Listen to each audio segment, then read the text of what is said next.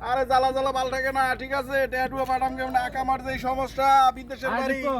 আরে কথা কইতেছি ভাই ঝামেলা। আরে রাখুন আরে রাইকা কি করে ভাই, দেশের ঝামেলা, এই দেশের ঝামেলা সবকিছু মিলে আছি বড় বিপদে। এত বিপদ কি বিপদ ভাই কোয়েন না, আকামা নাই 2 বছর ধরে আইছি নাই আকামা, ঠিক আছে? না পাই কাম, না পাই কোনো মনে করেন টাকা পয়সা তো পকেটে নাই, না মেজবিল, না থাকার জায়গা। আকামা না থাকলে তো বোঝে নেই সৌদি আরব থাকে না।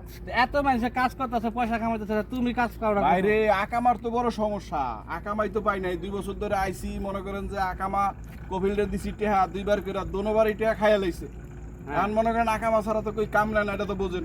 দাঁড়ে দাঁড়ে ঘুরিয়ে হেনে যাই ওনে যাই, কোনো মানে কাম পাই না। আরে ভাই আর কইস না, এই ঝামেলার মধ্যে আবার যে জিদ দেয়া করছে গন্ডগোল বাঙালিরা ঘরে বাইরে এলি পুলিশে ধরে। এই তো আরেক ঝামেলা, এই কারণে ঘরবন্দি হয়ে রয়েছি, কোনো বাইরে হইতে পারি না, টাকা পয়সাও কামাইতে পারি না, দেশে করে চিল্লা চিল্লি টাকা পাঠা না, এক কামায় ওই কামায়, আই টাকা পাঠাইতে পারি না কিল্লিগা।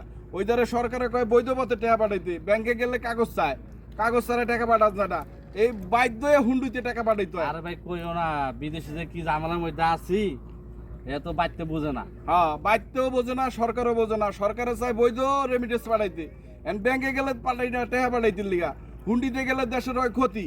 কি যে করুন দিশা পাই না, সারাদিন থাকি ঘরে বন্দি হইয়া। এই যে আজকে বাইরে হইছি, বহে বহে বাইরে দেখতেছি কোন সুম পুলিশ পুরুত করে ডাক দিয়ে বহে, কইলে আকামা নাই লগে, কি একটা ঝামেলার ভিতর পড়ে মেলে সারাদিন ঘরের ভিতর হুইয়া বয়ে থাকতে হয়, না কাম কাজ আছে না, জীবন তেজপাত হয়ে যেতেছে ভাই বিদেশ বেরো। হনে আর এই টেনশন ভাল লাগে না, ভাবছি চলে যাবো গা না ভাই, গুরু যাও নিয়া আল্লাহ মিলাই দেবো কাম, ওই মিলাইবো ভাই, যার কাছে টেয়া দিই হাতেই খাইয়ালাই ভাই, শান্তি নাই, জীবন তেজপাতা, ঘরে বয়ে কান্তন ছাড়া কোনো উপায় নাই। ওই যে আমাকে আমির ভাই একজন আছে জানেননি, এই বেটা আইছে 2 বছর ধরে ঘরের ভিতর সারাদিন বয়ে থাকে, ফোন দিলে কই ঘরের ভিতর, কি লিগা ভাই? আপনার যে জ্বালা আমার তো একই জ্বালা, ঠিক আছে?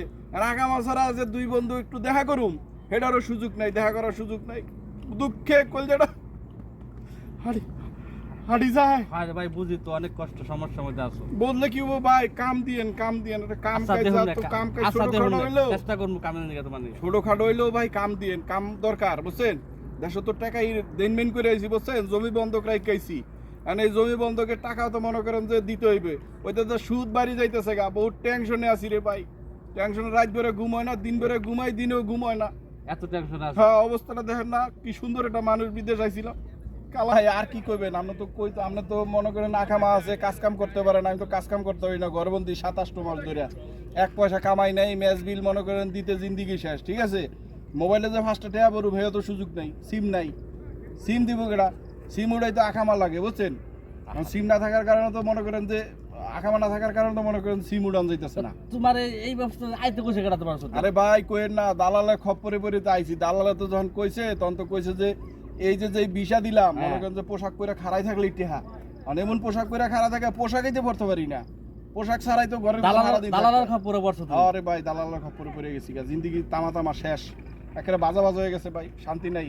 এর লিগে কই যে বিদেশ আইলে মনে করেন যে সুস্থ মতো যাইন না হইন না, পরিস্থিতি কেউ থাকলে বুঝা তারপরে খোঁজ খবর নিয়ে আসতে হয়। আর এই দেশে যদি কই সমস্যার কথা তো শুনতে চায় না, এই কথা তো ভাই আমি বুঝি না, আমারও তো কতজনে কইছে, কিন্তু এটা না বুঝে তো মনে করেন আজকে আমি আহার পরে বুঝলাম, ঠিক আছে?